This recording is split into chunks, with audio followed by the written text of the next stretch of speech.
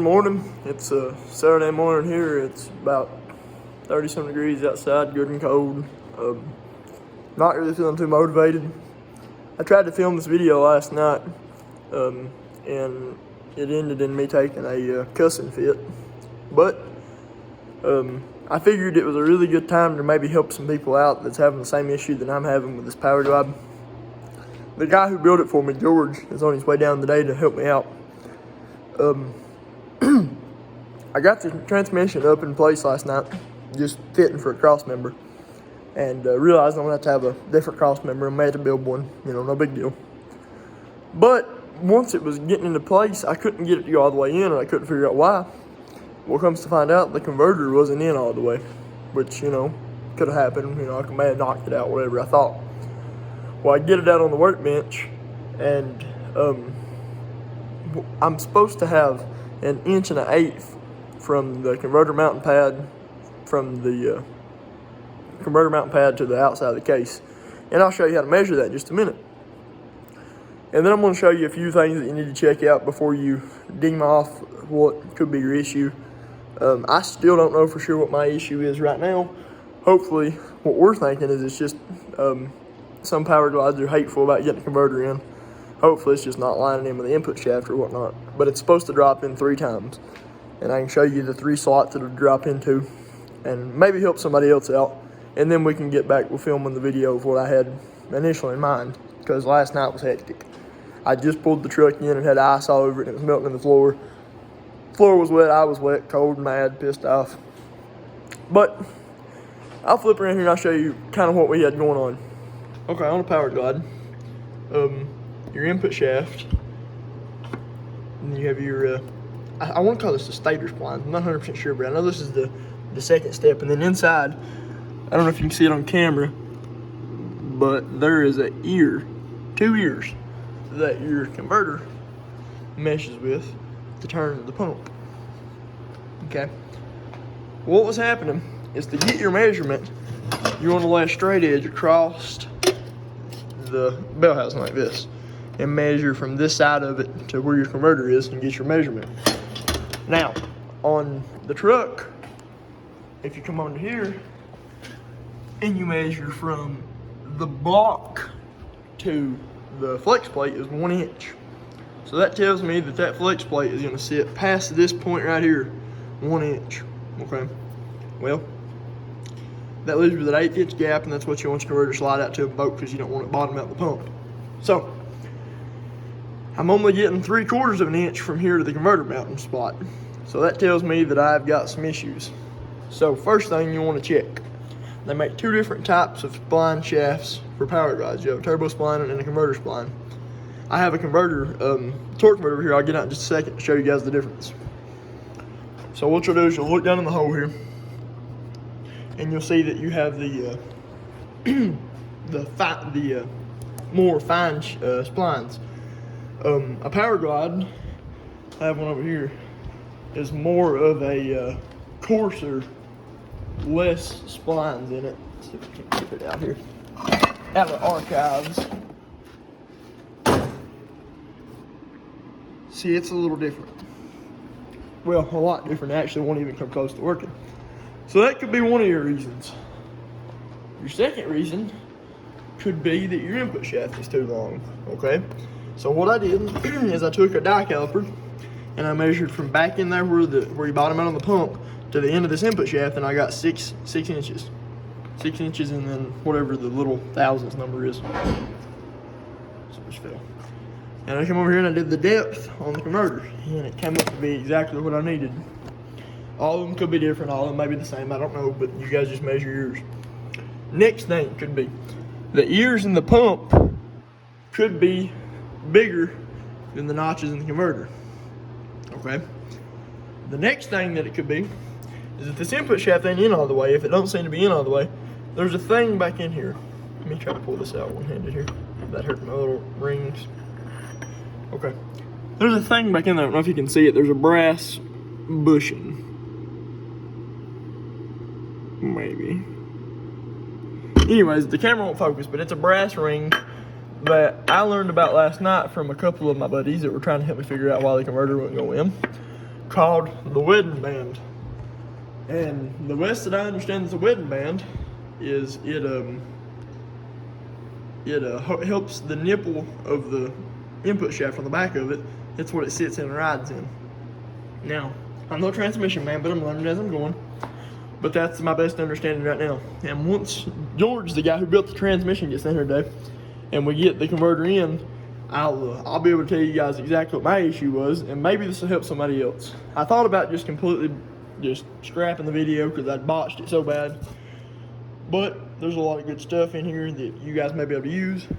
This is my converter of the 400. I even tried it thinking maybe it was a converter issue and it won't go. Now, something that I built that is freaking awesome last night is I've never had a transmission jack. I've always pulled them with a floor jack. I took and welded a Kia Rio flex plate to my floor jack, and it is freaking awesome for a transmission jack. It is a world of difference. But that's what I've been up to. Appreciate you guys following along. I really didn't want to put the big me throwing the temper tantrum in the video because, you know, that's not what I'm about. But you car guys and car gals know that once you start messing with this stuff, it's a lot of money and you expect it to work right for you. And when it doesn't, it kind of pisses you off. But I'm going to get the garage good and warm. It's about 40 degrees in the garage right now, kind of chilly. And I'll get back on here with you guys when we know a little bit more about the transmission problem. Thank you. How's it going? Like I said there earlier, I was going to contact George, the guy who built the transmission for me, and get him to come down here and check me out and see what I was doing wrong to keep my converter from sliding on in. And I went over a couple different reasons of why that may be, and hopefully this helps somebody out, because I'm sure there's somebody out there that'll have this problem these days. I'm still the guy that gets on some of these forums and YouTube videos and finds people's problems from 5 years ago that helped me. So maybe that'll help somebody one day. If it doesn't, you know, whatever. But the issue that we were having, George, for starters, I'll get off and tell you guys a little bit about George. George is a drag racer that has always fooled with it for years and years and years, way before my time. I'm not calling him old or a grandpa or anything, but he's got some years on me in the experience of racing and whatnot. But anyways, I was between two transmission builders as far as building me a transmission this year. I've always built my own motors, but I don't know much about transmissions, so I was going to let somebody else do it for me. There was a guy in Tennessee and the Dion Vickers in Ohio. I talked with him, and you know, both people had really good prices, but you got to think, your buddy that's doing the same thing that you're doing, it's a local drag racer that has his own job 40 hours a week or whatever, and then does this on the side. You should support your local guy if he's a credible builder. Okay, so I've always known George. He's always did really good work and stuff, but here's the thing. When you start having an issue with, like, for say this transmission, when that wouldn't go in there, right off the bat, do not blame your builder. It's not what it is. George came all the way to my shop, which is probably, I don't know, 20 or 30 minutes away, without even asking a question, and helped me figure it out. That's why I like to shop local, and that's why I always like to do business with people that you can trust, that make it right. But the problem ended up being in the input shaft. I had ordered a hardened input shaft rated for 1200 horsepower from Jegs, and the converter splines on it, I'll flip around here in a minute and show you, are a quarter inch shorter in depth than the old shaft that George had originally had this transmission when he ran it years ago. He brings the old shaft down here, which you can see has got some wear on it. It's been used and abused. Its shaft's fine, it's fine, but I'm not putting a used shaft in a fresh power glide, fresh pump, fresh everything. So he puts that shaft in, the converter flies in like it should.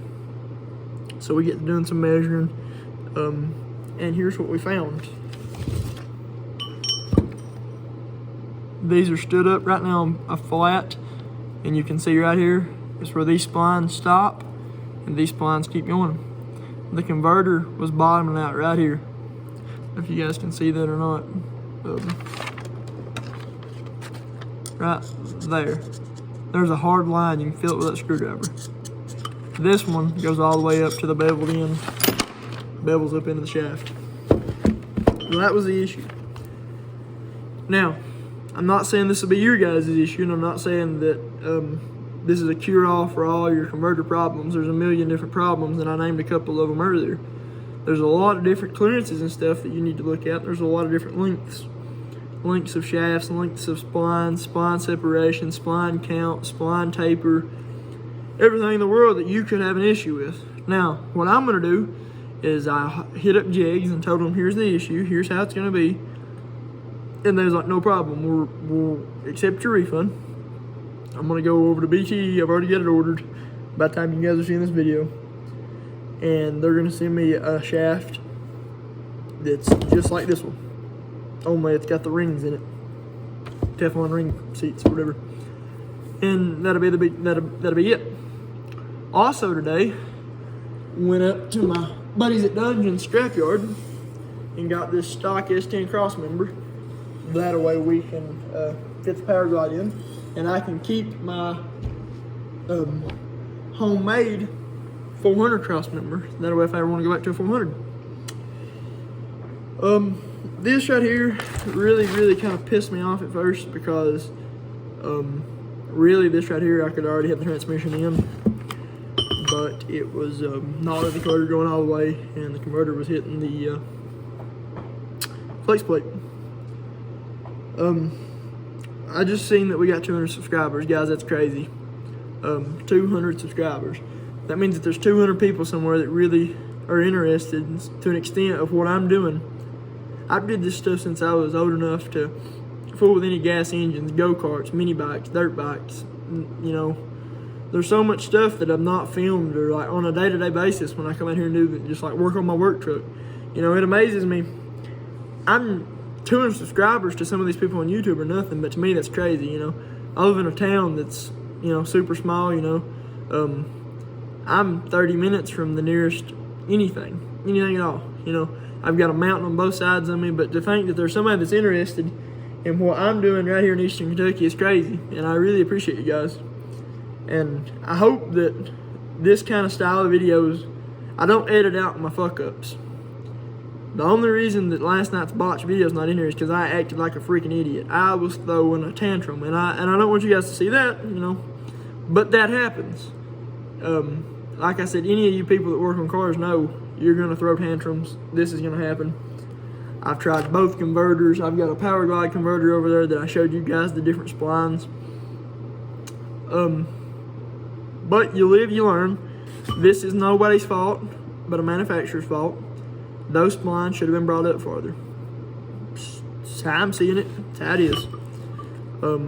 That's a 1/4 inch difference, and it kept my converter from dropping on in where it needed to be. With that being said, we'll get another one here. We're not going to race this weekend. We don't have anything like that lined up, so it's not like it's a life or death situation. In the next video that I'm going to try to put up is mounting up the standalone fuel cell, the standalone fuel pump, all the lines, nitrous bottle brackets, the second plate kit, the other solenoids, the fuel pump regulator. I've got to get some all thread. I've got the 1.5 inch carb spacer to space out the plates to get more plantar volume. All that stuff's coming, you know. It's just I've had a really good winter. Worked a lot, so you know, it's one of those deals. You either work and you have the money, or you don't work. You either work and have the money, but you don't have the time, or you don't work and have the time, but you don't have the money. It's kind of how it is around here. But I'm really glad that we got this sorted out. I'll get another input shaft in and get back with you guys. We'll catch you in the next one. Like, comment, and share it with somebody that may be having a power glide issue. Hopefully this helps somebody. I'm going to post this video into a couple of the power glide forums on Facebook. Maybe I can help somebody out. You know, that's kind of what I'm shooting for. I want to be the person that I needed at the time when this happened. You know, I wish that I had somebody here that said, hey, this is exactly what's the problem. This is exactly what you've got to do. So we'll catch you guys in the next one. We'll see you later.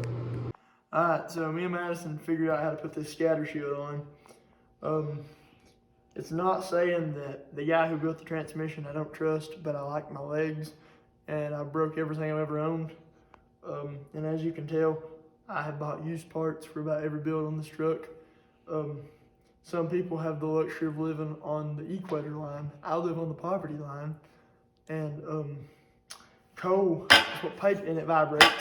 I couldn't afford all the bolts for the scatter shield, so maybe it'll just slow it down before it hits me in the leg, because, you know, I'm a tough guy, you know, but I've managed to get it together. We found some fittings that don't fit the fluid holes, but that's all right, because we can just JB weld them up, because we don't need those where we're going. But so that's what we got. I don't know. I didn't have countersunk bolts, so I took an impact and ran these into it and countersunk them myself. Oh, but it's together nevertheless. So we'll see you guys in the next one.